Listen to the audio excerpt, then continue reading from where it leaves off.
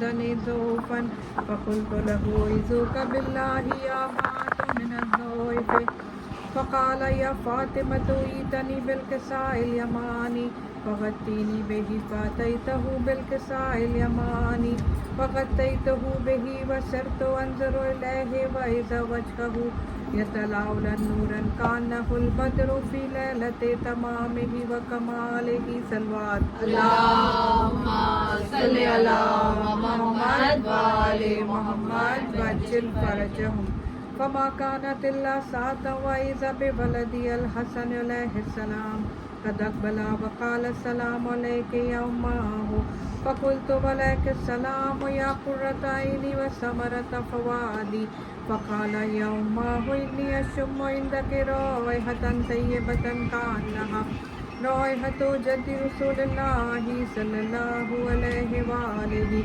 فقلت نعم إن جدك تحت الكساء فأقبل الحسن نحو الكساء وقال السلام عليك يا جداه يا رسول الله يتأذن لي أن أدخل معك تحت الكساء فقال وعليك السلام يا ولدي ويا صاحبا خوذي قد أذنت لك فدخل معه تحت الكساء صلوات اللهم صل على محمد وآل محمد وعجل فرجهم فما كانت إلا ساعة وإذا بولدي الحسين عليه السلام قد أقبل وقال السلام عليك يا أماه فقلت وعليك السلام يا ولدي ويا قرة عيني وثمرة فؤادي فقال لي يا أماه إني أشم عندك رائحة طيبة كأنها رائحة جد رسول الله صلى الله عليه وآله صلوات اللهم صل على محمد وآل محمد وعجل فرجهم نعم إن جدك وأخاك تحت الكساء فدنا الحسين نحو الكساء وقال السلام عليك يا جداه والسلام عليك يا من اختاره الله أتأذن لي أن أكون معكم تحت الكساء فقال وعليك السلام يا ولدي ويا شافية أمتي قد أذنت لك فدخل معهما تحت الكساء فأقبل عند ذلك أبو الحسن علي بن أبي طالب وقال السلام عليك يا بنت رسول الله فقلت وعليك السلام يا أبا الحسن ويا أمير المؤمنين فقال يا فاطمة إني أشم عندك رائحة طيبة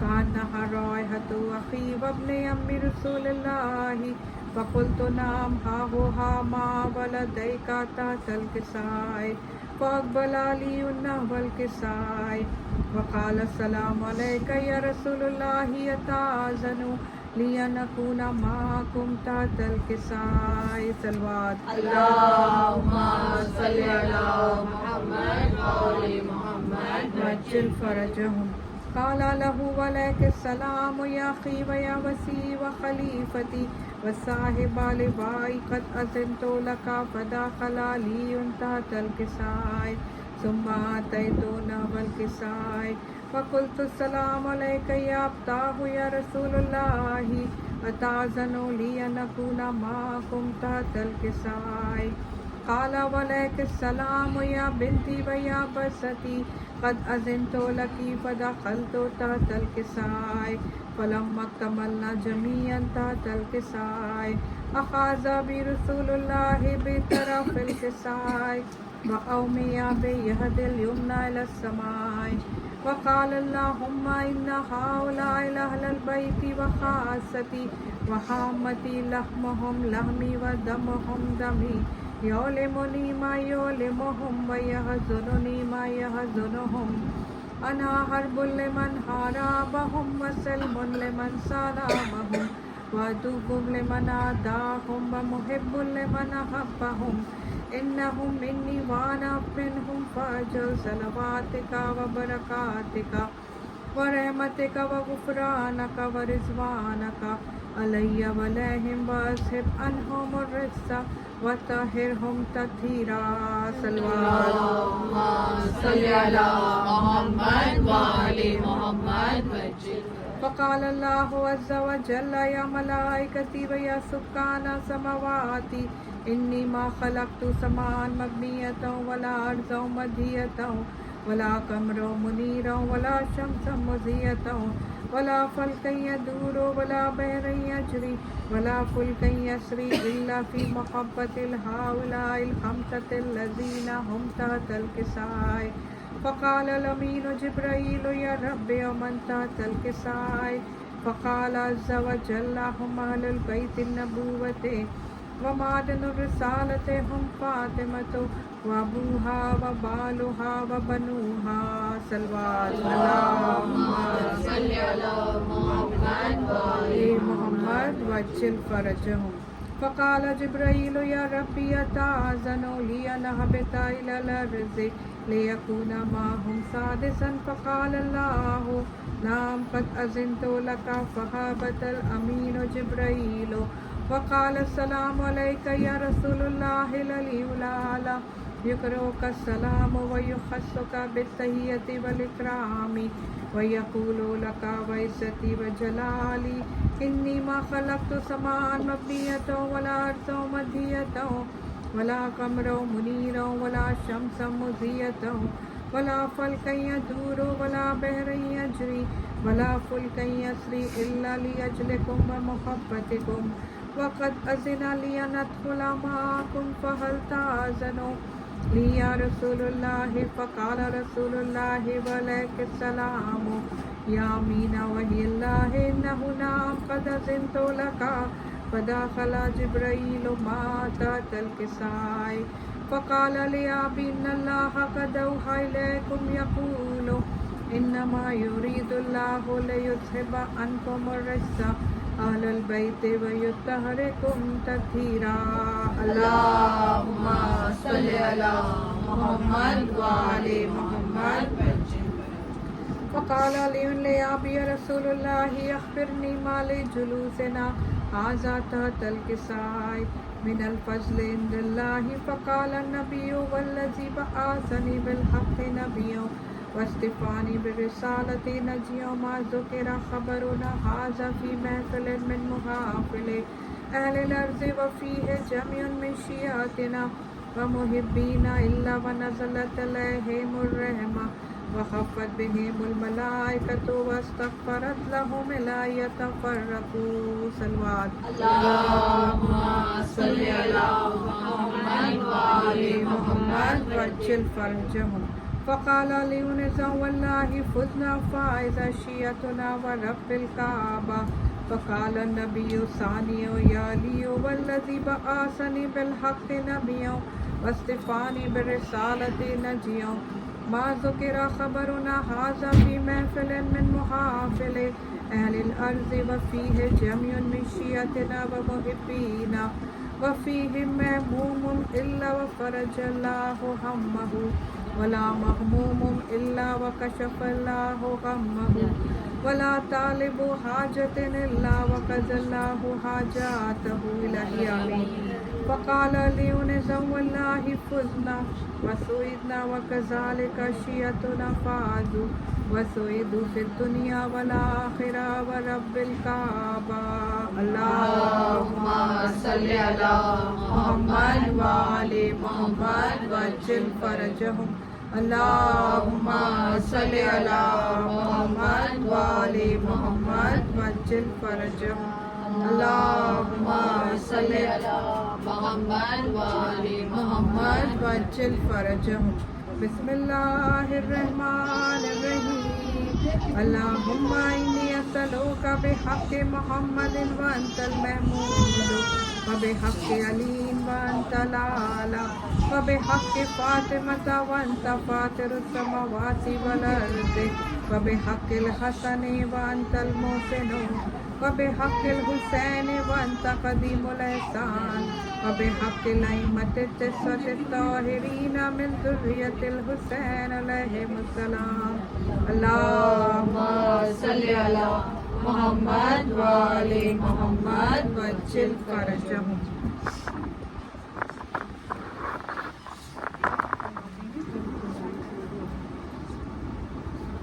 پر محمد والے محمد صلوات اللہم صلی علی محمد وآل محمد.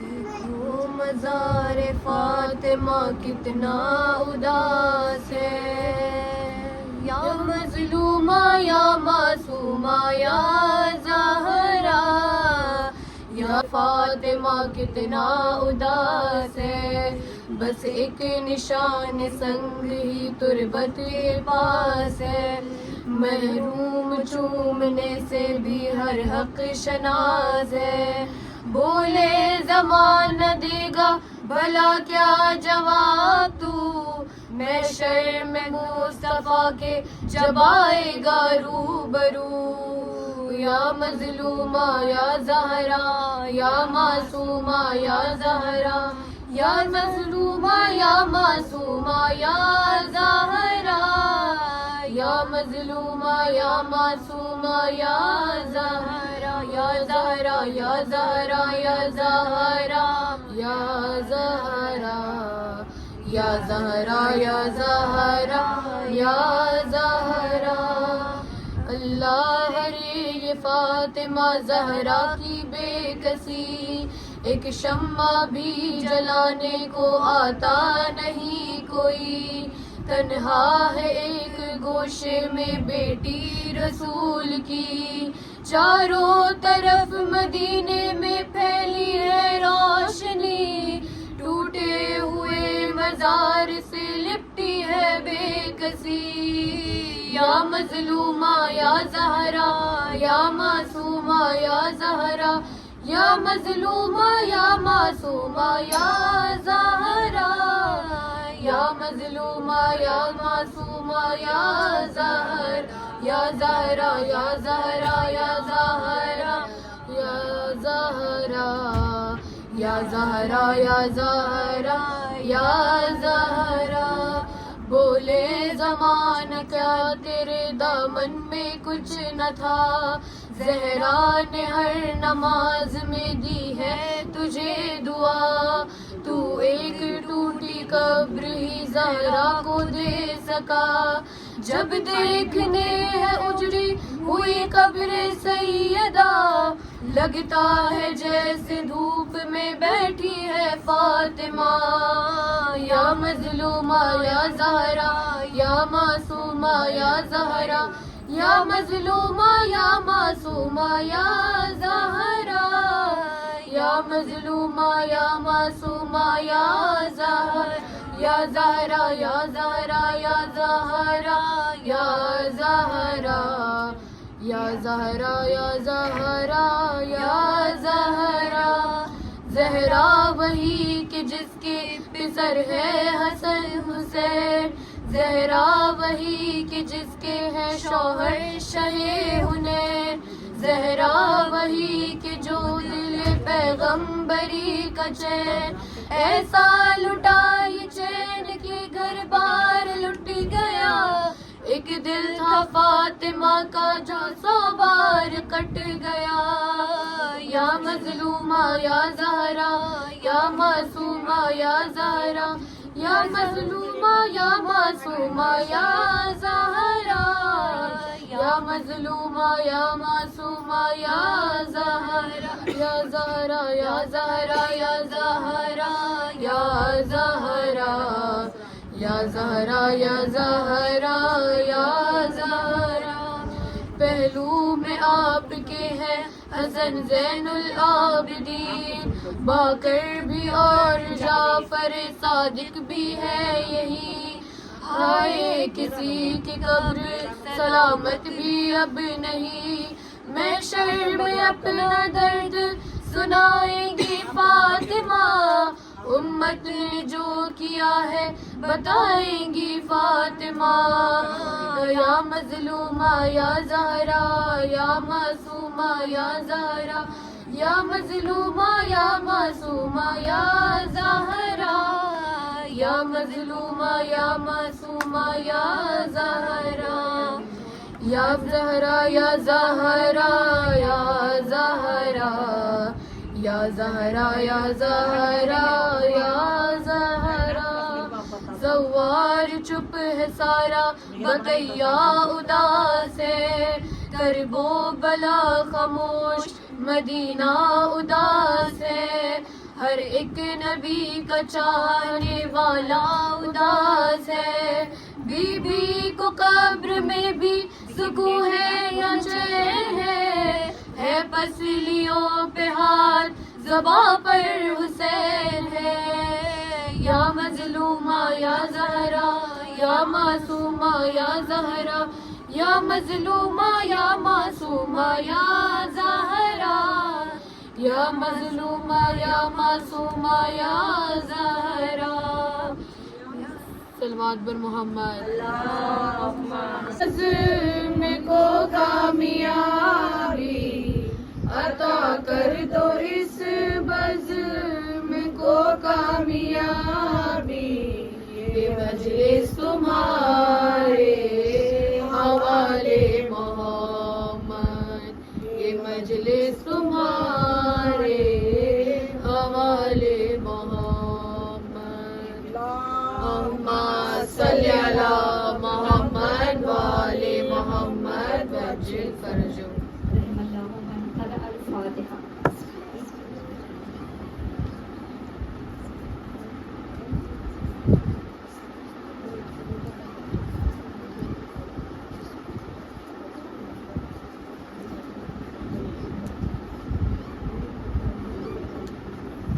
اعوذ باللہ من الشیطان اللعین الرجیم، بسم اللہ الرحمن الرحیم، لا حول ولا قوة الا باللہ العلی العظیم، حسبنا اللہ ونعم الوکیل ونعم المولا ونعم النصیر، الصلاة والسلام على بشير النذير والسراج المنير، سيدنا وحبيبنا وشفيع ذنوبنا الذي في السماء اسمه أحمد وفي الأرض أبي القاسم محمد، اللهم صل على محمد وآل محمد وعجل فرجهم، صلى الله عليه وآله وعلى أهل بيته الطيبين الطاهرين المعصومين الذين أذهب الله عنهم الرجس وطهرهم تطهيرا، اللهم صل على محمد وآل محمد وعجل فرجهم، الله على أعدائهم أجمعين من الآن إلى يوم الدين، بسم الله الرحمن الرحيم، اللهم كن لوليك الحجة ابن الحسن صلواتك عليه وعلى آبائه في هذه الساعة وفي كل ساعة وليا وحافظا وقائدا وناصرا ودليلا وعينا حتى تسكنه أرضك طوعا وتمتعه فيها طويلا، اللهم صل على محمد وآل محمد وعجل فرجهم، رب اشرح لي صدري ويسر لي أمري واحلل عقدة من لساني يفقهوا قولي۔ قرآن کریم میں سورہ حج میں اللہ تبارک و تعالی ارشاد فرماتا ہے، بسم اللہ الرحمن الرحیم، ومن يعظم شعائر اللہ فإنها من تقوى القلوب، یعنی جو شاعر اللہ کی عظمت کرتے ہیں یہ تقوی قلوب کا نتیجہ ہے۔ اپنا اصل موضوع شروع کرنے سے پہلے ایک تذکر آپ کی خدمت میں پیش کرنا چاہتی ہوں، اور وہ یہ ہے کہ اگر ہمیں کسی بھی قسم کی بیماری ہے تو ائمہ علیہ السلام نے ہمیں بہت سے نسخے بتائے ہیں، اور ایک حدیث اور دوسری ابھی آپ کی خدمت میں پیش کرنا چاہتی ہوں، وہ یہ ہے کہ اگر آپ کو کسی بھی قسم کی بیماری ہے تو 131 ٹائمز السلام و کہیں، اللہ نے چاہا تو ہماری بیماری دور ہو جائے، 131 ٹائمز سے آپ کو کہنا ہے السلام۔ اور دوسرا یہ ہے کہ راوی جو ہے چھٹے امام سے سنت میں آیا اپنی بیماری کی شکایت لے کر آیا تو امام نے راوی سے کہا کہ صبح کی فجر کی نماز کے بعد تم سورہ حمد پڑھنا اور سورہ حمد کے بعد تم یہ پڑھنا حسب اللہ و نعم الوکیل تبارک اللہ احسن الخالقین لا حول ولا قوت الا باللہ العلی العظیم. یہ آپ کو 40 مرتبہ پڑھنا ہے، لیکن اس میں ایک شرط یہ ہے کہ جب آپ الحمد پڑھیں گے اور اس کے بعد جو بھی میں نے ذکر کیا وہ کریں، پھر اپنے دونوں ہتھیلیوں پر دم کریں اور اپنی دونوں ہتھیلیوں کو پورے جسم پر پھیریں اور اس وقت یہ دعا مانگیں کہ اے امام، جس طریقے سے آپ نے راوی کے لیے انشاء کی تھی اور راوی کو شفا یابی ملی ہے، آپ بھی میرے لیے آپ انشاء کریے تاکہ مجھے بھی شفا یابی ملے. ایسا آپ کو 40 ٹائمز کرنا ہے اور ہر ٹائم جب آپ پڑھیں گی اس کے بعد آپ کو ہتھیلیوں پر دم کرنا ہے اور دونوں ہتھیلیوں کو پورے جسم پر آگے پیچھے جہاں تک ہو سکے آپ پھیریے. اگر کسی کو کچھ پرابلم ہے، اگر کوئی کوشچن ہے تو بعد میں آپ کا کوشچن آپ کے سوال کا جواب دے دوں گی. اپنے اصل موضوع پر آتے ہوئے کہ اللہ تعالیٰ سورہ حج میں یہ کہہ رہا ہے کہ جو شاعر اللہ کی عظمت کرے گا، تعظیم کرے گا. یوں تو اگر ہم کائنات میں دیکھیں، آس پاس نظر ڈالیں تو ہمیں اس کائنات میں اللہ کی بہت سی نشانیاں دکھائی دیتی ہیں، اللہ کی بہت سی آیات دکھائی دیتی ہیں. لیکن کچھ نشانیاں ایسی ہیں کہ جب ہم ان نشانیوں پر نظر کرتے ہیں تو یہ نشانیاں ہمیں اللہ کی طرف متوجہ کراتی ہیں اور یہ نشانیاں ہمیں تعریف کی طرف لے جاتی ہیں. اور آج کی مجلس میں میں کچھ شاعر اللہ کا ذکر آپ کے خدمت میں پیش کرنا چاہتی ہوں. جیسے کہ سورہ حج کی جس آیت کو میں نے سرنامہ کلام بنایا ہے، اگر اس آیت کی تفسیر دیکھیں تو اس آیت میں ہمیں یہ ملتا ہے کہ قربانی کا جانور اللہ کا شاعر ہے، شاعر اللہ ہے. وہران عزیز، یوں اگر آپ دیکھتے ہیں تو آپ کو روڈ پہ بہت ساری بکریاں دکھائی دیتی ہیں، بہت سارے شیپس دکھائی دیتے ہیں، لیکن جب آپ کوئی ایک بکری کو قربانی کے لیے چن کے اپنے گھر پر لاتے ہیں تو آپ کا جو اس کا رویہ ہے اس بکری کی طرف، اس جانور کی طرف کچھ اور ہی ہو جاتا ہے. آپ اس کی بہت اچھی طریقے سے دیکھ بھال کرتے ہیں، آپ اس کو بہت اچھی طرح سے کھلاتے ہیں، پلاتے ہیں تاکہ یہ جانور جو ہے عید الاضحیٰ کے دن قربانی کے لیے تیار ہو جائے. تو یہ جانور کی مثال جو ہے یہ شاعر اللہ ہے. اور دوسرا شاعر اللہ اگر آپ دیکھنا چاہتے ہیں تو وہ ہے خانہ کعبہ. جب ہم خانہ کعبہ کی طرف نظر کرتے ہیں تو ہمیں اللہ کی یاد آتی ہے اور یہ خانہ کعبہ ہمیں بہت سی چیزوں کی یاد دلاتا ہے جو تاریخ میں گزری ہیں. مولا متقیان علی ابن ابی طالب علیہ السلام، اللہم صلی علی محمد و آل محمد، یا علی یا علی یا علی یا علی، اللہم صلی علی محمد و آل محمد. مولا نہج البلاغہ کے خطبے میں فرماتے ہیں اور پانچویں امام کی بھی ہمیں حدیث ملتی ہے اس کی نسبت سے کہ جب اللہ تعالیٰ نے اس زمین کو خلق کرنا چاہا، ہم جانتے ہیں قرآن عزیز، زمین خلق کی خلقت سے پہلے پوری دنیا میں پانی ہی پانی تھا. لہٰذا جب اللہ تعالیٰ نے اس زمین کو خلق کرنا چاہا تو اللہ نے ہواؤں کو حکم دیا کہ اے ہواؤں تم زور سے چلو. اور جب ہوائیں تیزی سے چلی ہیں تو کیا ہوا ہے کہ سمندروں میں بڑی بڑی اونچی لہریں جو ہے وہ فارم ہونے لگی. اور آپ سب جانتے ہیں کہ جب لہریں نیچے آتی ہیں، جب کنارے پہ آتی ہیں تو وہ اپنے ساتھ کیا لے کر آتی ہیں؟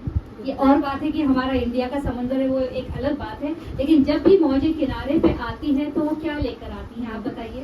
جھاگ لے کر، ماشاء اللہ، یہ جھاگ لے کر آتی ہیں. تو اس وقت جو ہے جب اللہ تعالیٰ نے ہواؤں کو حکم دیا کہ اے ہواؤں تم تیزی سے چلو، تو سمندروں میں اونچی لہریں بننے لگی. اور جب یہ اونچی لہریں بننے لگی تو اس کا جھاگ جمع ہوا ہے.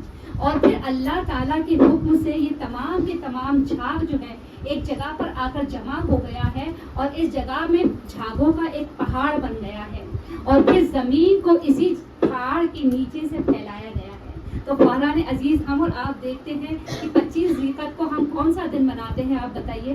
25 ذیقعت کو دعوت العرض ہے. اور دعوت العرض کے معنی کیا ہوتے ہیں آپ بتائیے؟ کہ وہ دن جب زمین کو پھیلایا گیا ہے. عربک میں جب بھی کوئی روٹی کو بیلتا ہے، عربک میں جب بھی کوئی روٹی کو بیلتا ہے، اور ہم سب جانتے ہیں کہ روٹی کو عربک میں خبز کہتے ہیں. اور جب روٹی کو بیلا جاتا ہے اس کو کہا جاتا ہے دعوت الخبز.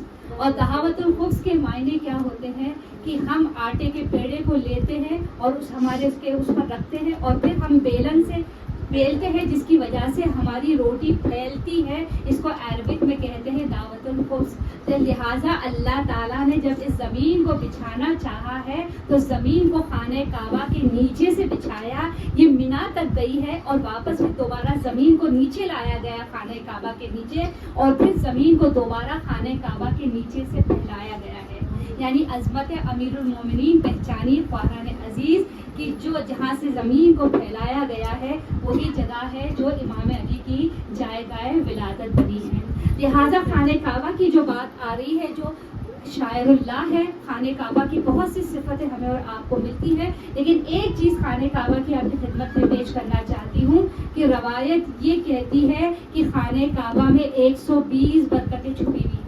خانہ کعبہ میں 120 برکتیں ہیں, اور یہ 120 برکتوں کو کس طریقے سے ڈیوائڈ کیا گیا ہے. 60 برکتیں ان لوگوں کے لیے ہیں جو خانہ کعبہ کا طواف کرتے ہیں. 40 برکتیں ان لوگوں کے لیے ہیں جو خانہ کعبہ میں نماز پڑھتے ہیں, اور 20 برکتیں ان لوگوں کے لیے ہیں جو صرف اور صرف خانہ کعبہ پر نظر کرتے ہیں.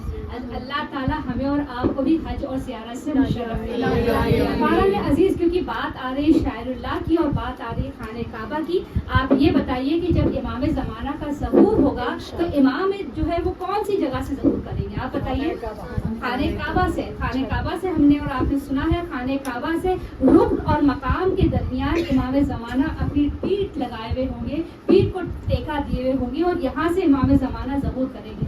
تو میں ایک چیز آپ کی طرف آپ کو متوجہ کرانا چاہتی ہوں کہ جب ہم عمرہ کے لیے جاتے ہیں, جب ہم حج کے لیے جاتے ہیں, اور جب ہم خانہ کعبہ کا طواف کرتے ہیں, اس وقت ایسا نفسا نفسی کا عالم ہوتا ہے کہ میری اور آپ کی بس ایک ہی تمنا رہتی ہے, ایک ہی خواہش رہتی ہے کہ کس طریقے سے میں جو یہ 7 چکر کمپلیٹ کر لوں, کس طریقے سے میں خانہ کعبہ کا طواف کر لوں. ٹھیک ہے, آپ نے خانہ کعبہ کا طواف کر لیا ہے, اور جب آپ خانہ کعبہ کے سامنے بیٹھے ہوئے ہیں تو اس بات کی طرف بھی متوجہ ہو جائے کہ ارے امام زمانہ تو رکن اور مقام کے درمیان جو ہے ان کا ٹیکا لگائے ہوئے بیٹھ کے ظہور کریں گے, تو آئیے میں اس جگہ کو تلاش کروں, کم سے کم اپنی نظروں کو, اپنی نگاہوں سے تو اس جگہ کو دیکھ لوں. شاید میرا انتقال ہو جائے امام زمانہ کے ظہور سے پہلے, لیکن ظہور سے پہلے کم سے کم اپروکسیمیٹلی میں اس جگہ کو دیکھ تو سکوں. تو اگلے مرتبہ جب آپ عمرہ کے لیے جائیے گا, حج کے لیے جائیے گا, اس بات کی طرف بہت ہی زیادہ دھیان دیجیے گا. ایک درود بھیجیے محمد والی صلی اللہ محمد وآلِ محمد یا رسول اللہ یا علی یا علی یا علی یا علی اللہم صلی علی محمد وآلِ محمد. دوسرا شاعر اللہ کیا ہے؟ دوسرا شاعر اللہ ہے صفا اور مروہ. جب آپ صفا اور مروہ کی جانب دیکھتے ہیں تو یہ بھی شاعر اللہ ہے. اور آپ یہ بتائیے کہ جب آپ صفا اور مروہ کی طرف دیکھتے ہیں آپ کو کس ہستی کی یاد آتی ہے؟ جناب حاجرہ کی یاد آتی ہے. اور جناب حاجرہ کے بارے میں ہمیں یہ ملتا ہے کہ آپ نے صفا اور مروہ کے درمیان صحیح کری تھی. تو یہ جو صفا اور مروہ ہے, کیونکہ صفا اور مروہ کی بات آ رہی ہے, ہم سب جانتے ہیں کہ جناب آدم اور حوا جب جنت سے نیچے تشریف لائے ہیں, دونوں ایک ساتھ ایک مقام پر تشریف نہیں لائے. جناب حوا مختلف مقام پر آئی ہے اور جناب آدم مختلف مقام پر آئے, لیکن ایک موقع یہ آیا کہ جناب آدم اور جناب حوا آمنے سامنے ہیں. لیکن آمنے سامنے کیسے ہے کہ یہاں پر جناب آدم صفا پہاڑی پر بیٹھے ہیں اور جناب حوا مروہ پہاڑی پر بیٹھے ہیں. حدیث میں ہے کیونکہ جناب آدم کو صفی اللہ کہا جاتا ہے, جس پہاڑی پر وہ بیٹھے تھے اس پہاڑی کا نام رکھا گیا ہے صفا. اور کیونکہ عربک میں عورت کو عربک میں امرا کہا جاتا ہے, لہٰذا جس پہاڑی پر جناب حوا بیٹھی تھی اس پہاڑی کا نام رکھا گیا ہے مروہ. اب جناب آدم اور جناب حوا جو ہے ایک دوسرے کو دیکھ رہے ہیں. کچھ دیر تک جناب آدم صفا پہاڑی پر بیٹھے اور پھر نیچے آئے ہیں اور جناب حوا بھی نیچے آئی ہیں. دونوں کی ملاقات ایک ساتھ ہوئی ہے. جناب حوا نے پہلا جملہ جو جناب آدم کو کہا وہ یہ تھا کہ دیکھو سامنے خانہ کعبہ کی باؤنڈریز نظر آ رہی ہیں. اس وقت خانہ کعبہ کی تعمیر نہیں ہوئی تھی. خانہ کعبہ کی تعمیر تو بعد میں کی گئی ہے، تو خانہ کعبہ کی باؤنڈریز نظر آ رہی ہے، چلو ہم اس جگہ کا جا کے طواف کرتے ہیں۔ تو امام نے راوی سے کیا کہا؟ امام نے راوی سے یہ کہا کہ جتنی دیر جناب آدم صفا پہاڑی پر بیٹھے، اگر کوئی اتنی دیر صفا پہاڑی پر بیٹھتا ہے تو وہ کروڑ پتی ہو جاتا ہے۔ اب راوی نے امام سے پوچھا، مولا اس وقت تو پوری دنیا میں صرف 2 ہی لوگ تھے، ہمیں کیسے پتا چلے کہ جناب آدم کتنی دیر صفا پہاڑی پر بیٹھے؟ تو امام فرماتے ہیں جتنی دیر تم سورہ احزاب پڑھنے میں لگاتے ہو اتنی دیر تم صفا پہاڑی پر بیٹھو۔ اور مولانا صادق حسن اپنی مجلس میں کہتے ہیں کیوں نہ نور العلا نور ہو جائے، ہم مغرب اور عشاء کے درمیان سورہ واقعہ کی تلاوت کرتے ہیں اپنے رزق میں اضافے کے لیے، تو صفا پہاڑی پر اتنی دیر بیٹھو جتنی دیر تم سورہ احزاب پڑھنے میں لگاتے ہو، اور اس کے ساتھ ساتھ سورہ واقعہ کی بھی تلاوت کرو۔ اور ایک چیز آپ کی خدمت میں پیش کرنا چاہتی ہوں کہ آپ صفا پہاڑی پر بیٹھے خواہران عزیز اور سورہ واقعہ تو پڑھ ہی رہے ہیں، اس کے ساتھ ساتھ سورہ بقرہ کی بھی تلاوت کریں۔ یہ اور بات ہے کہ بہت سال پہلے جب میں گئی تھی صفا پہاڑی پر تو اس وقت وہ گلاس وہاں پر نہیں لگا ہوا تھا، لیکن ریسنٹلی جب ہم جاتے تھے ہم دیکھتے ہیں کہ پیچھے صفا پہاڑی ہے اور پھر وہاں کیا ہے کانچ کا وہ لگا ہوا ہے، لیکن بھلے ہی کانچ کا وہ لگا ہوا ہو لیکن اس کے آگے بھی آپ کو پہاڑی دکھائی دیتی ہے۔ اور اس وقت میں جو عمرہ کے لیے گئی تھی تو الحمدللہ مجھے اتنی دیر صفا پہاڑی پر بیٹھنے کو ملا کہ ہم آسانی سے ہم نے سورہ بقرہ بھی پڑھی ہے اور سورہ واقعہ کی بھی تلاوت کری ہے۔ تو اللہ تعالی ہمیں عمرہ اور حج سے مشرف فرمائے تاکہ ہم بھی جو ہے صفا پہاڑی پر جائیں اور اتنی دیر ہم بیٹھ کے وہ کریں۔ اور یہاں پر کیونکہ بات آ رہی شاعر اللہ کی بات آ رہی ہے، یہ سیکنڈ شاعر اللہ ہے جو میں نے آپ کی خدمت میں پیش کیا ہے، اور تیسرا شاعر اللہ جو آپ کی خدمت میں پیش کرنا چاہتی ہوں وہ ہے حجر اسود۔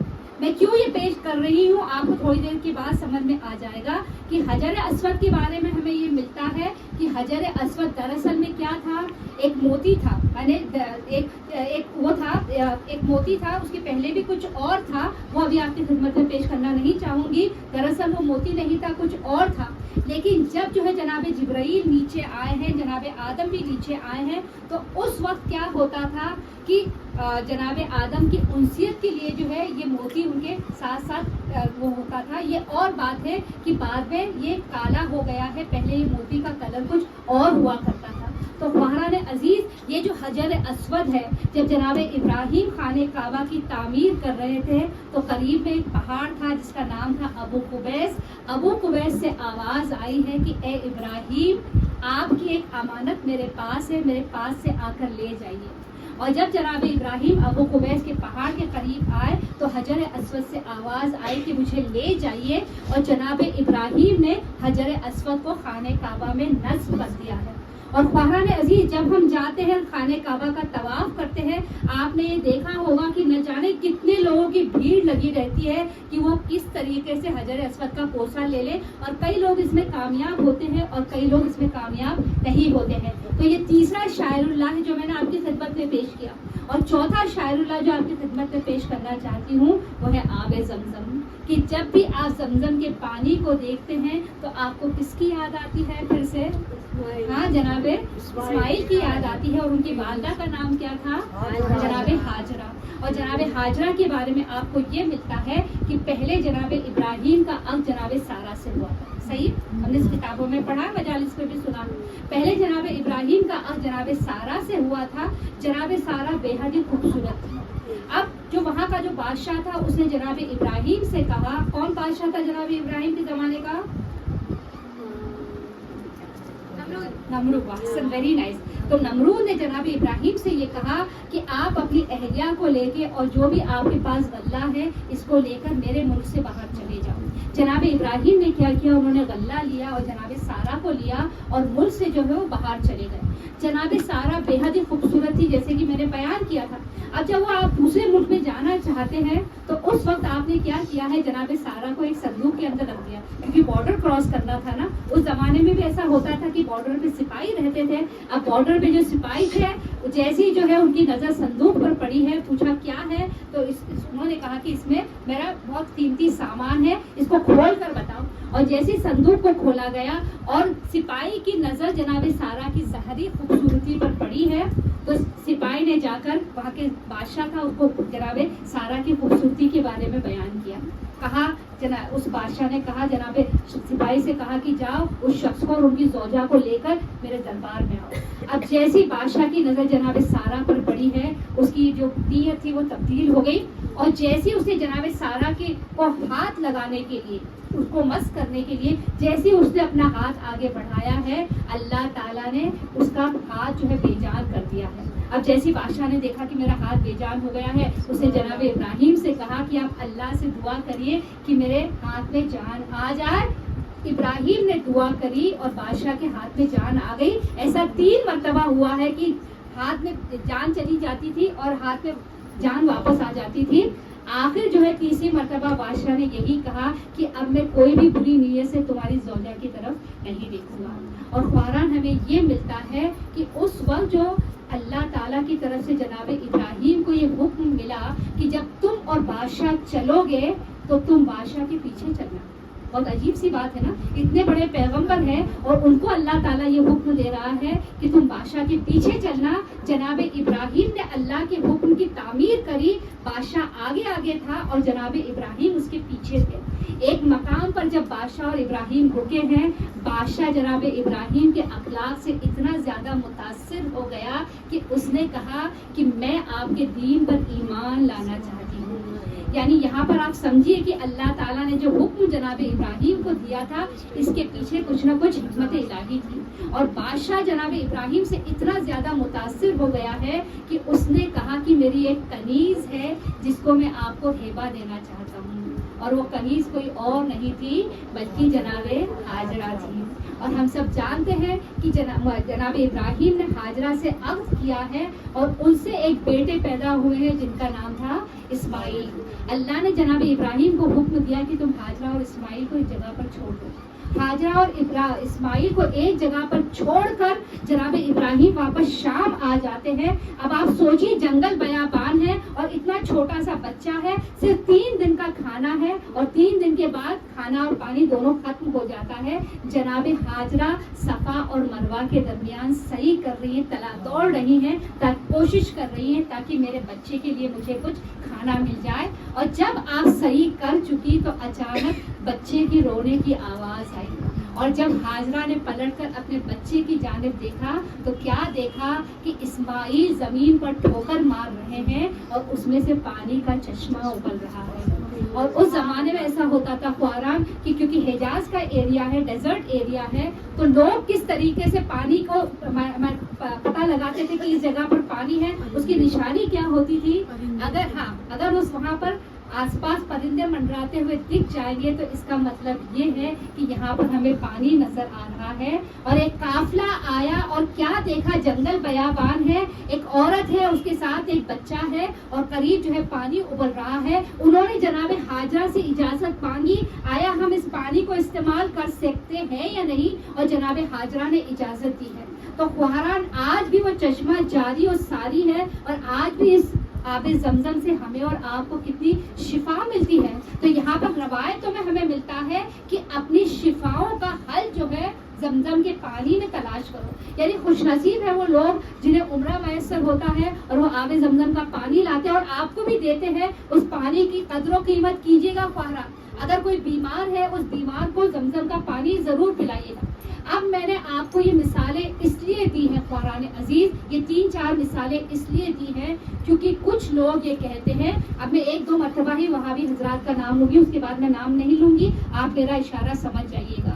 کچھ لوگ یہ کہتے ہیں کہ یہ جو ہے ان کی تعظیم کرنا جو ہے, ان کو آپ یہ جو کر رہے ہیں خانہ کعبہ کے طواف کر رہے ہیں, حجر اسود کو جا کر چوم رہے ہیں, یہ جو ہے شرک ہے. حجر اسود کو چومنا جو ہے شرک ہے. یہ جو آپ خانہ کعبہ کے سامنے جا کر جو آپ سجدہ کر رہے ہیں یہ الاؤڈ نہیں ہے, کیونکہ خانہ کعبہ ایک پتھر ہے. بہت توجہ دینا چاہتی ہوں قرآن ہمیں, جیسے کہ میں نے سورہ حج کی جو آیت کی تلاوت کری ہے, وَمَن يُعَظِّمُ شَعَائِرَ اللَّهِ ہے, یعنی جو شاعر اللہ کی عظمت کرتا ہے. میں ان لوگوں سے کہنا چاہتی ہوں یا جواب دینا چاہتی ہوں کہ ہم جو ہے خانہ کعبہ کی عبادت نہیں کرتے. بہت توجہ چاہتی ہوں, ہم آب زمزم کی عبادت نہیں کرتے, ہم حجر اسود کی جو ہے عبادت نہیں کرتے ہیں. ہم کیا کرتے ہیں؟ قبلہ رخ کھڑے ہو کر اللہ تعالیٰ کی ہم نماز پڑھ رہے ہیں, اللہ تعالیٰ کی عبادت کر رہے ہیں. یعنی ہم نے صرف تعظیم کری ہے, ہم نے ان کی عبادت نہیں کری ہے. اگر حجر اسود کا ہم نے بوسہ جا کر لیا ہے تو نعوذ باللہ ہم حجر اسود کی عبادت نہیں کر رہے ہیں, بلکہ تعظیماً ہم جا کر حجر اسود احترام کر کے ہم حجر اسود کا بوسہ لے رہے ہیں. یا اگر صفا اور مروہ کے درمیان اگر ہم صحیح کر رہے ہیں تو نعوذ باللہ ہم نے صفا اور مروہ پہاڑی کی نعوذ باللہ عبادت نہیں کری ہے, بلکہ کیا ہے, ہم نے تعظیم کری ہے اور جناب ہاجرہ کی جو سنت ہے اس پر ہم نے عمل کیا ہے, جو کہ حکم پروردگار ہے. تو ویسے اگر میں شاعر اللہ کی بات کرتی ہوں تو مولائے متقیان علی ابن ابی طالب علیہ السلام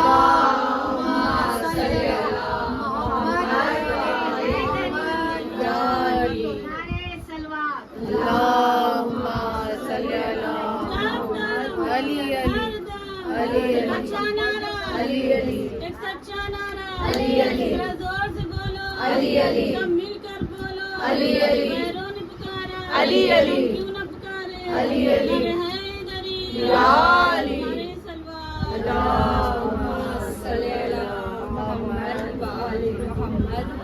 تو مولا علی کیا فرماتے ہیں کہ نحنو شاعر اللہ. کیا فرماتے مولا علی؟ نحنو شاعر اللہ, یعنی اہل بیت علیہ السلام. مولا علی فرماتے ہیں ہم اہل بیت علیہ السلام جو ہے شاعر اللہ ہے.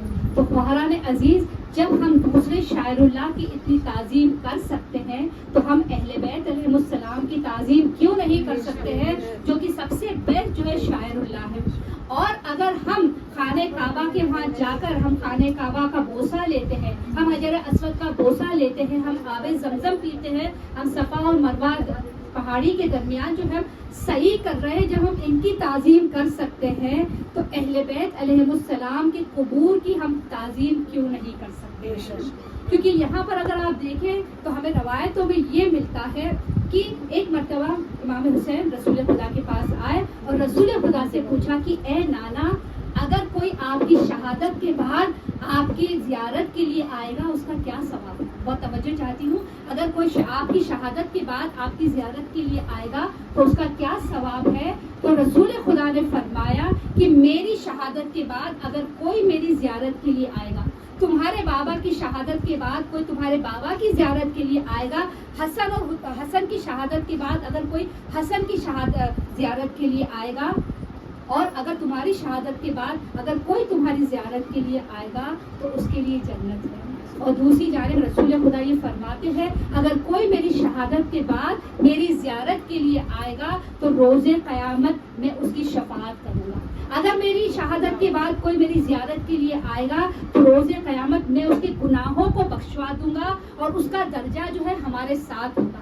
یعنی یہاں پر روایتوں سے ہمیں صاف یہ نظر آتا ہے کہ شہادت کے بعد بھی جب ہم ائمہ علیہ السلام, اہل بیت علیہ السلام کی قبور کی زیارت کے لیے جاتے ہیں تو اس کا کتنا زیادہ ثواب ہے خواران عزیز. اور اگر ہم نے تعظیم کری ہے تو اس کا اجر بھی آپ دیکھ لیجیے کہ 8ویں امام کا زمانہ ہے اور راوی کہتا ہے کہ ایک مرتبہ میرا دوست جو ہے, راوی کا نام ہے علی, راوی کہتا ہے کہ میرا دوست علی بیمار پڑ گیا, میں اس کی عیادت کے لیے گیا اور میرے ساتھ ساتھ امام رضا بھی ہمارے ساتھ تھے. جب ہم اس کے گھر پر گئے ہیں تو میرا دوست لیٹا ہوا تھا, یعنی علی لیٹا ہوا تھا, اور امام رضا اس کے کنارے بیٹھ گئے, اس کے سراہنے بیٹھ گئے. اب جب ہم وہاں سے نکل گئے, اس کے بعد جب میں دوبارہ علی کے گھر پر گیا ہوں تو علی کی کنیز نے کہا کہ جب امام رضا علی کے سراہنے بیٹھے ہوئے تھے تو پردے کے پیچھے سے علی کی زوجہ یہ دیکھ رہی تھی کہ امام رضا کون سی جگہ پر بیٹھے ہوئے ہیں. اور جب امام رضا وہاں سے چلے گئے تو اس کی بیوی نے, علی کی بیوی نے اپنے آپ کو اس مقام پر گرا دیا اور اس مقام کا بوسہ لینے لگی. اب جب یہ راوی نے سنا, اس نے پورا ماجرا جا کر امام رضا سے بیان کیا. جیسے امام رضا نے یہ سنا ہے تو امام رضا نے کیا کہا ہے کہ علی اور زوجہ ہمارے جد مولا علی اور جناب فاطمہ کے ساتھ ہیں اور ان کے دونوں بیٹے جو ہیں حسن و حسین کے ساتھ ہیں. تو خواہران عزیز, اگر کسی کی کسی جگہ کی تعظیم کرنا جو ہے وہابیوں کے مطابق کسی جگہ کی تعظیم کرنا اگر یہ شرک ہے تو امام رضا علیہ السلام نے راوی کے اس عمل کی مدح کیوں کی ہے؟ امام رضا نے جو ہے اس عمل کی اگر یہ واقعی میں شرک ہوتا تو امام رضا اس عمل کی جو ہے مذمت کرتے، لیکن آپ نے کیا کیا ہے؟ اس عمل کی مدح کری ہے۔ تو بہرحال یہاں پر ہم نہیں کہہ رہے ہیں وہابیوں کا یہ نظریہ ہے، وہابیوں کا یہ نظریہ ہے، وہ یہ کہتے ہیں کہ رسول خدا کی زیارت جو ہے وہ ٹھیک ہے، رسول خدا کی زیارت جو ہے ٹھیک ہے، لیکن رسول خدا کی زیارت کے لیے سفر کرنا جو ہے یہ جائز نہیں ہے۔ بہت توجہ چاہتی ہے، میں نہیں کہہ رہی ہوں کہ وہابی کہہ رہے ہیں کہ رسول خدا کی زیارت کرنا ٹھیک ہے لیکن زیارتوں کے لیے سفر کرنا جو ہے یہ جائز نہیں ہے۔ تو وہابیوں کے جواب میں جو ہے صحائح ستہ کی ایک حدیث لے کر آ رہی ہوں جس میں جو ہے یہ لکھا ہوا ہے کہ رسول خدا فرماتے ہیں کہ تمام مسجد کا سفر جائز نہیں ہے لیکن 3 مسجدوں کا سفر جائز ہے۔ وہ کون سی مسجد ہے؟ وہ میری مسجد ہے، مسجد الحرام ہے اور مسجد اقصیٰ ہے۔ تو اے وہابی حضرات، اگر آپ یہ کہتے ہیں کہ زیارت کے لیے سفر جائز نہیں ہے تو پھر صحائح ستہ میں رسول خدا کی یہ حدیث کیوں ہے؟ اور میں ان لوگوں سے یہی کہنا چاہوں گی، جواب یہی دینا چاہوں گی کہ اگر ہم ائمہ علیہ السلام کے قبور پر جاتے ہیں، ان کی زیارت کے لیے جاتے ہیں اور وہاں پر ہم جا کر جو ہے ائمہ علیہ السلام کی قبور پر دعا مانگتے ہیں تو ہم ائمہ علیہ السلام کی عبادت نہیں کر رہے ہیں۔ عبادت تو ہم اللہ تعالیٰ کی ہی کر رہے ہیں، لیکن جب ائمہ علیہ السلام کی قبور پر جاتے ہیں تو ان کا وسیلہ دے کر ہم اللہ تعالیٰ سے دعا مانگتے ہیں اور ہم ائمہ علیہ السلام کی قبور کی اور ان کی ہستیوں کی جو ہے ہم تعظیم کرتے ہیں۔ اور یہ جو ہے عقیدہ کہاں سے آیا ہے؟ قرآن عزیز، یہ عقیدہ کہاں سے آیا ہے کہ قبروں پر عمارت بنانا جائز نہیں ہے، قبروں پر سایہ کرنا جو ہے جائز نہیں ہے۔ یہ عقیدہ کہاں سے آیا ہے؟ یہ عقیدہ جو ہے وہابیوں سے آیا ہے، اور وہابزم کا جو جس نے بنیادیں ڈالی ہیں اس کا نام ہے ابن تیمیہ۔ بہت توجہ چاہتی ہوں، وہابزم کی جو بنیادیں ڈالنے والا شخص ہے اس شخص کا نام ہے، اس ملعون کا نام ہے ابن تیمیہ۔ ابن تیمیہ نے اپنے زمانے میں یہی عقیدہ جو ہے وہ کیا ہے کہ زیارت کرنا جو ہے وہ حرام ہے، زیارت نہیں کر سکتے، وہ بدعت ہے، وہ شرک ہے، کسی سے دعا مانگنا، کسی سے توسل کرنا جو ہے یہ شرک میں آتا ہے۔ اب ابن تیمیہ کا تو انتقال ہو گیا ہے اور کئی سال کے بعد ایک شخص پیدا ہوا ہے جس کا نام ہے ابن عبد الوہاب، ابن وہاب اس کو بولتے ہیں، عبد النام ہے اس کا۔ تو یہ ابن وہاب جو ہے یہ نجد میں پیدا ہوا ہے، اور جب یہ بڑا ہوا ہے تو اس نے نجد میں یہ عقیدہ پھیلانا شروع کیا جو کہ ابن تیمیہ کا عقیدہ تھا کہ زیارت نہیں کرنا چاہیے، کسی سے مدد نہیں مانگنا چاہیے، کسی سے توسل نہیں کرنا چاہیے۔ اور ہم یہ دیکھتے ہیں کہ ابن وہاب جب آگے بڑھا ہے تو وہ ایک آرمی کا چیف بن گیا ہے۔ اور یہ جو پہلے میں آپ کو یہ بتانا چاہتی ہوں کہ حجاز ایریا تھا، سعودی عربیہ کا ایریا تھا، اس وقت عثمانی حکومت بہت زیادہ پاورفل تھی، عثمانی حکومت بہت زیادہ پاورفل تھی۔ اور یہ جو شروع ہوا ہے، نجد سے جو شروع ہوا ہے، جو کہ ابن وہاب نے شروع کیا ہے، دھیرے دھیرے اس نے آرمی بنائی، اس کا تو انتقال ہو گیا لیکن بعد میں جو ہے اس کے نظریات اور زیادہ پھیلے ہیں اور کائے کی شروعات ہوئی آل سعود کی۔ یہاں پہ ان کی فیملی نے اس کو بہت زیادہ اس کے بعد کے لوگوں کو بہت زیادہ سپورٹ کیا۔ انیشلی کیا ہوا ہے قرآن عزیز کہ یہ جو آرمی تھی، آل سعود کی جو آرمی تھی، ان لوگوں نے جب عثمانی لوگوں پر حملہ کیا ہے تو عثمانی لوگوں کی جیت ہو گئی ہے اور یہ لوگ ہار گئے ہیں۔ لیکن دھیرے دھیرے کیا ہوا ہے، ان لوگوں کی آرمی جو ہے وہ قوی ہوتی گئی، حتیٰ کہ جب ان لوگوں کی آرمی بننا شروع ہوئی ہے، ان لوگوں نے ابتدا میں جو ہے جنت البقیع کو ڈھانا چاہا اور ان لوگوں نے بعد میں کہاں پر حملہ کیا ہے؟ کربلا پر حملہ کیا ہے۔ وہاں کے روزوں کے جتنے بھی زیورات تھے، سارے کے سارے زیورات اور دولت کو لوٹ لیا گیا ہے۔ دھیرے دھیرے یہ لوگ اتنے زیادہ پاورفل ہو گئے کہ آخری میں کیا ہوا ہے کہ عثمانی آرمی کو ڈیفیٹ ہونی پڑی اور یہ لوگ زیادہ تعداد میں آ گئے ہیں۔ اور یہ بات کون سی سال کی ہو رہی، کوئی بتا سکتا ہے آپ لوگوں میں سے؟ 1925 کون سے؟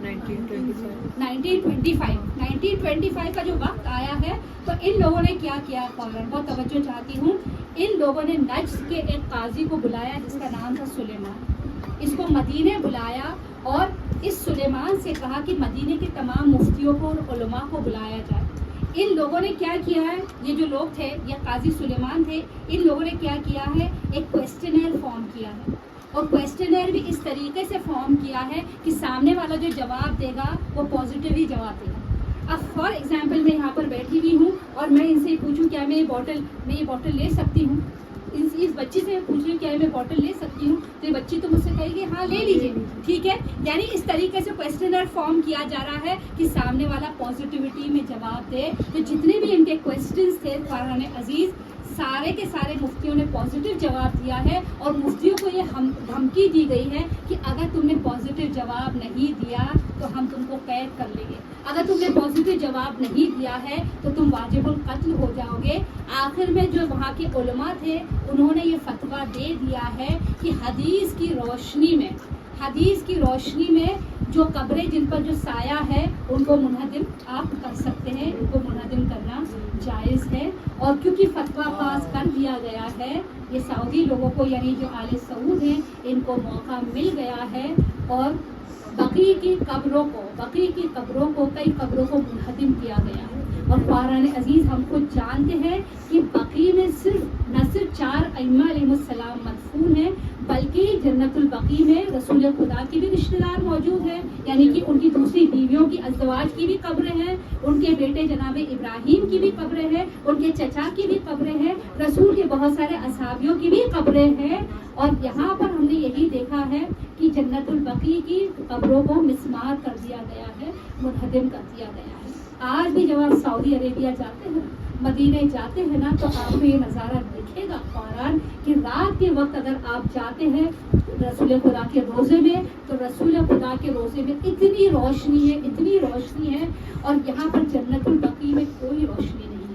اگر آپ دن کے وقت دیکھیں گے تو رسول خدا کے مزار پر تو قبر پر تو آپ کو سایہ ملے گا، گنبد ملے گا، حتیٰ کی چھتریاں بنائی گئی ہیں، اور رسول خدا کو کے روزے کو ایئر کنڈیشن کیا گیا ہے تاکہ جو بھی زائرین آ رہے ہیں انہیں گرمی نہیں ہو۔ اگر باہر بھی کوئی زائرین بیٹھے ہوئے ہو تو چھتریوں کے نیچے پناہ لیں، لیکن بقی کی قبروں پر نہ کوئی سایہ ہے، ایسی کی ایسی ہی دھوپ ہے۔ کسی شاعر نے کیا خوب کہا ہے، کون جانے کہ تیرے قلب پہ کیسا ہے داغ، کون جانے کہ تیرے قلب پہ کیسا ہے داغ، رات بھر جلتا نہیں تربت زہرا کے چراغ، جزاکم ربکم خیر الجزا۔ اے امام زمانہ، ہاتھوں کو جوڑ کر آپ سے یہی التماس کروں گی کہ آج جتنی بھی مومنات یہاں پر آئے ہیں، ہمارا فرصہ آپ کی خدمت میں قبول کیجیے۔ عزاداروں، ہم اہل بیت علیہ السلام پر تو ظلم تب سے ہی شروع ہو گیا تھا جب رسول کی شہادت ہو گئی ہے، رسول کی شہادت ہو گئی، اور اس کے بعد جناب فاطمہ کو جب علی نے دفنایا ہے، فاطمہ کو اس عالم میں دفنایا ہے کہ فاطمہ اس دنیا سے اپنے ساتھ ٹوٹی ہوئی پسلی کو لے کر گئی، فاطمہ اپنے ساتھ شکستہ پہلو کو لے کر گئی، فاطمہ نے اپنے سامنے محسن کی شہادت دیکھی، فاطمہ نے اپنے سامنے جلتا ہوا دروازہ دیکھا۔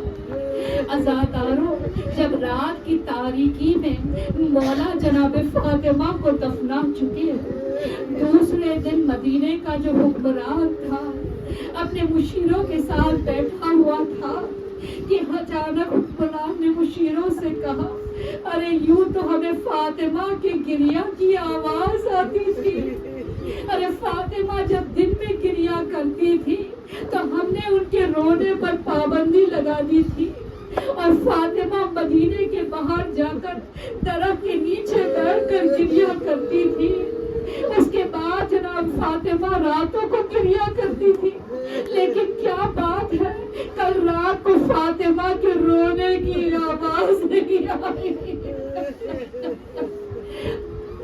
کسی نے فاطمہ کی شہادت کی اطلاع جب خلیفہ کو دی ہے، ارے خلیفہ نے یہی کہا کہ ہم تو مسند خلافت پر بیٹھ گئے ہیں، اگر عوام کو یہ پتا چلا، اگر لوگوں کو یہ پتا چلا کہ رسول کی بیٹی کی شہادت ہو گئی ہے اور ہم نے اس کی نماز جنازہ نہیں پڑھی تو لوگ کیا کہیں گے۔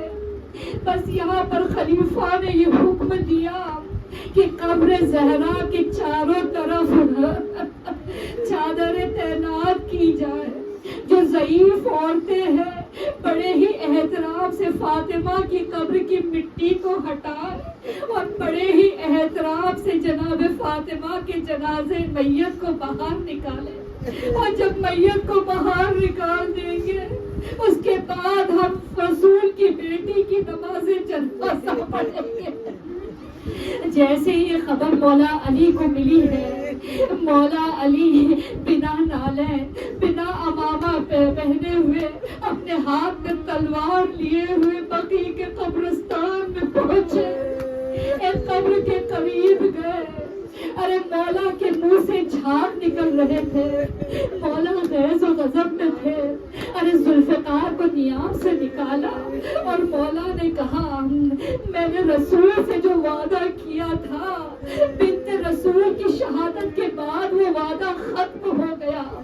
اب کوئی جرت کرے اس قبر کے قریب آنے کی.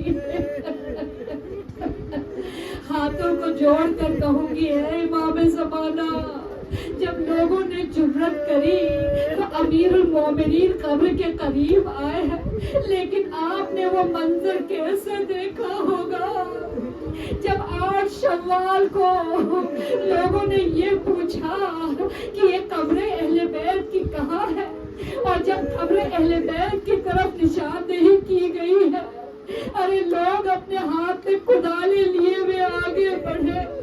بلڈوزر کو حکم دیا گیا کہ آگے بڑھو اور بلڈوزر کو چلا دو. نہ جانے میرے وقت کے امام کے سینے پر کیا گزری ہوگی. عزادارو ذرا تصور کریے کہ اگر آپ کے پاس قوت ہے اور اگر کوئی یہ جرت کرے کہ آپ کی والدہ کی قبر کو منہدم کرتے ہیں تو آپ کبھی برداشت نہیں کر سکیں گے. نہ جانے امام نے کس طریقے سے وہ منظر دیکھا ہوگا.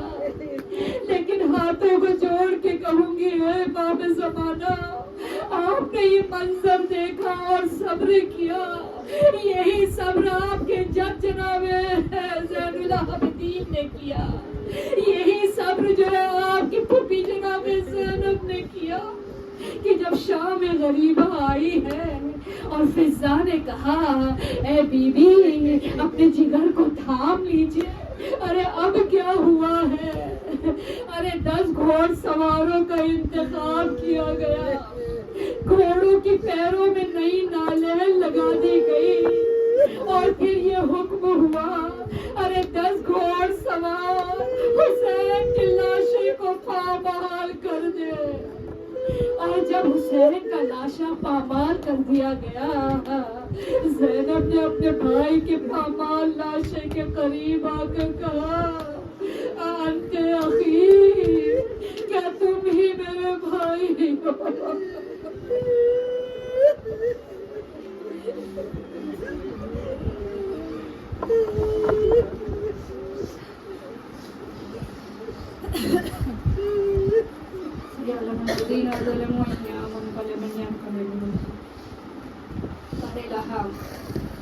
حضران مجلس اور باقی مجلس کی تمام دنیاوی رکنی حاجتوں کو پورا فرمائے. ہمیں حج اور زیارت سے خاص طور سے کربلا، شام اور بقیع کی زیارت سے مشرف فرمائے.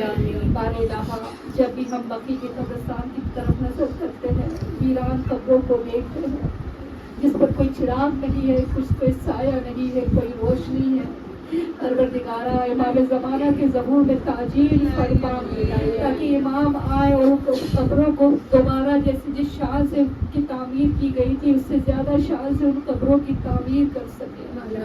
بار الہ یہ دنیا کا ظلم سے دیکھا نہیں جاتا ہے.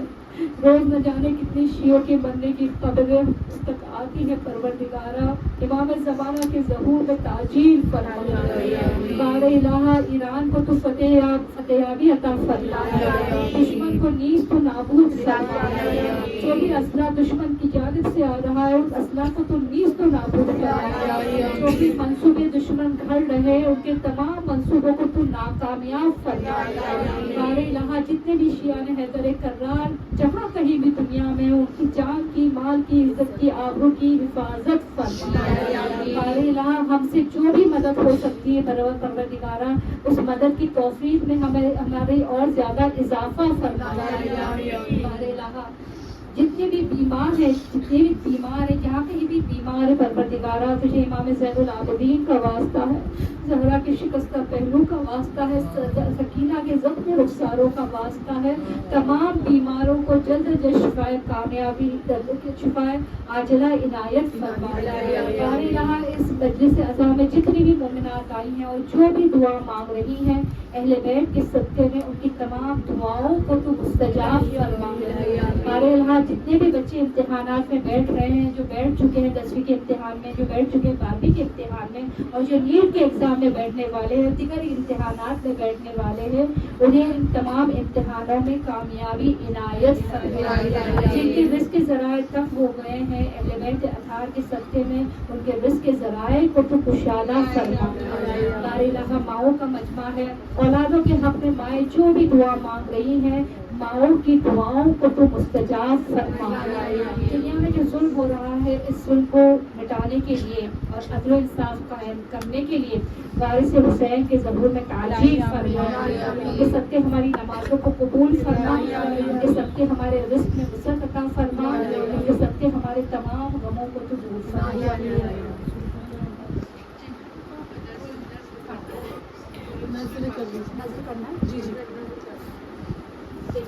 بسم اللہ الرحمن الرحیم، الحمد للہ رب العالمین، الرحمن الرحیم، مالک یوم الدین، ایاک نعبد و ایاک نستعین، اہدنا الصراط المستقیم، صراط الذین انعمت علیہم غیر المغضوب علیہم ولا الضالین۔ بسم اللہ الرحمن الرحیم، قل هو اللہ احد، اللہ الصمد، لم يلد ولم يولد ولم يكن له كفوا احد۔ بسم اللہ الرحمن الرحیم، قل هو اللہ احد، اللہ الصمد، لم يلد ولم يولد ولم يكن له كفوا احد۔ بسم اللہ الرحمن الرحیم، قل هو اللہ احد، اللہ الصمد، لم يلد ولم يولد ولم يكن له كفوا احد۔ يصلون على النبي يا أيها الذين آمنوا صلوا عليه وسلموا تسليما، اللهم صل على محمد وآل محمد وعجل فرجهم، سبحان ربك رب العزة عما يصفون وسلام على المرسلين والحمد لله رب العالمين برحمتك يا أرحم الراحمين، اللهم صل على محمد وآل محمد وعجل فرجهم۔ بارے الہ نظر کا ہدیہ انبیاء علیہ السلام، جامعہ معصومین علیہ السلام، بہتر شہدائے کربلا، سیمان کربلا، یتیمان کربلا کی خدمت میں ہدیہ پیش کیا اور اسے ثواب حاصل ہو۔ جتنی مومنات اس مجلس عزا میں آئی ان کے مرحومین کو اور قربان مومن اور مومنات کی ارواح کو پہنچے۔ بارے الہ ان کی گناہ کبیرہ اور گناہ صغیرہ کو بخش، بارے الہ کی سختیاں ان پر آسان فرما، قبر کو منور فرما، ہماری بھی آنے والی قبروں کی منزلوں کو ہمارے لیے آسان فرما۔ الرحمن الرحیم، أَمَّن يُجِيبُ الْمُضْطَرَّ إِذَا دَعَاهُ وَيَكْشِفُ السُّوءَ، أَمَّن يُجِيبُ الْمُضْطَرَّ إِذَا دَعَاهُ وَيَكْشِفُ السُّوءَ، أَمَّن يُجِيبُ الْمُضْطَرَّ إِذَا دَعَاهُ وَيَكْشِفُ السُّوءَ، أَمَّن يُجِيبُ الْمُضْطَرَّ إِذَا دَعَاهُ وَيَكْشِفُ السُّوءَ، أَمَّن يُجِيبُ الْمُضْطَرَّ إِذَا دَعَاهُ وَيَكْشِفُ السُّوءَ۔ اللهم صل على محمد وآل محمد وعجل فرجهم۔ بارے الہ یا شفا کا واسطہ، زہرا کے شکستہ پہلو کا واسطہ، سکینہ کے زخمی رخساروں کا واسطہ، جتنے بھی شیعان حیدر کرار جہاں کہیں بھی ہو، اسپتالوں میں ہو، آئی سی میں ہو، گھر میں ہو، انہیں جلد جلد شفا کاملہ اور عاجلہ عنایت فرمائے۔ حسنین عباس وحیدہ آپا کو جلد جلد شفا کاملہ اور عاجلہ عنایت فرمائے۔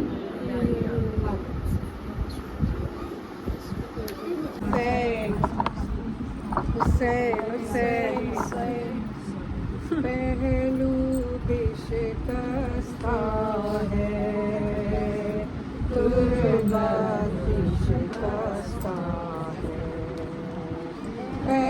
پہلو بھی شکستہ ہے، تربت بھی شکستہ ہے، خاتون کوئی غم سے یوں چور نہیں دیکھی، ایسی کوئی دنیا میں مظلوم نہیں دیکھی، 18 برس میں ہی لگتی جو ضعیفہ ہے، پہلو بھی شکستہ ہے، تربت بھی شکستہ ہے، پہلو بھی شکستہ ہے، تربت بھی شکستہ ہے،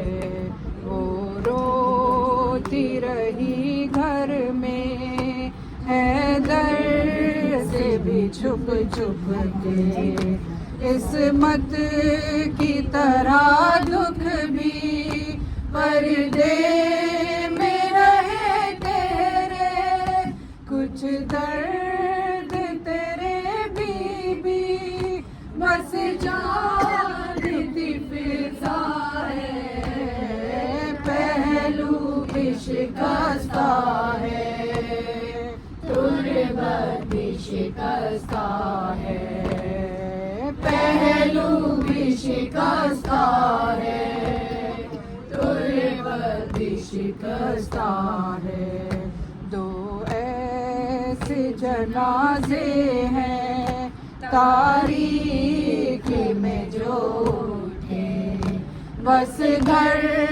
کے ہی لوگوں نے دونوں کو دیے کاندھے، ایک فاطمہ زہرا ہے، ایک بالی سکینہ ہے، پہلو بھی شکستہ ہے، تربت بھی شکستہ ہے، پہلو بھی شکستہ ہے، تربت بھی شکستہ ہے، مسمار تیرا روزہ امت نے کیا جب سے، بابا تیرا رہتا ہے تربت میں تیری تب سے، کب گنبد خضرا میں بابا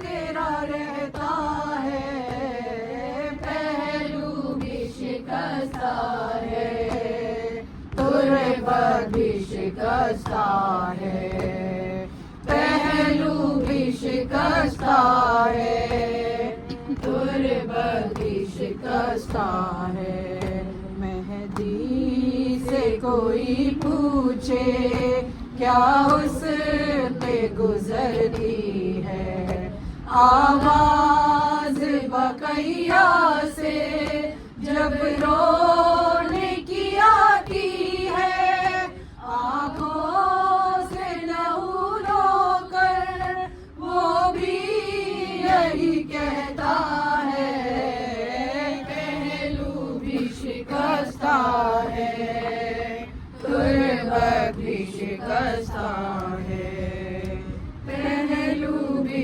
شکستہ ہے، تربت بھی شکستہ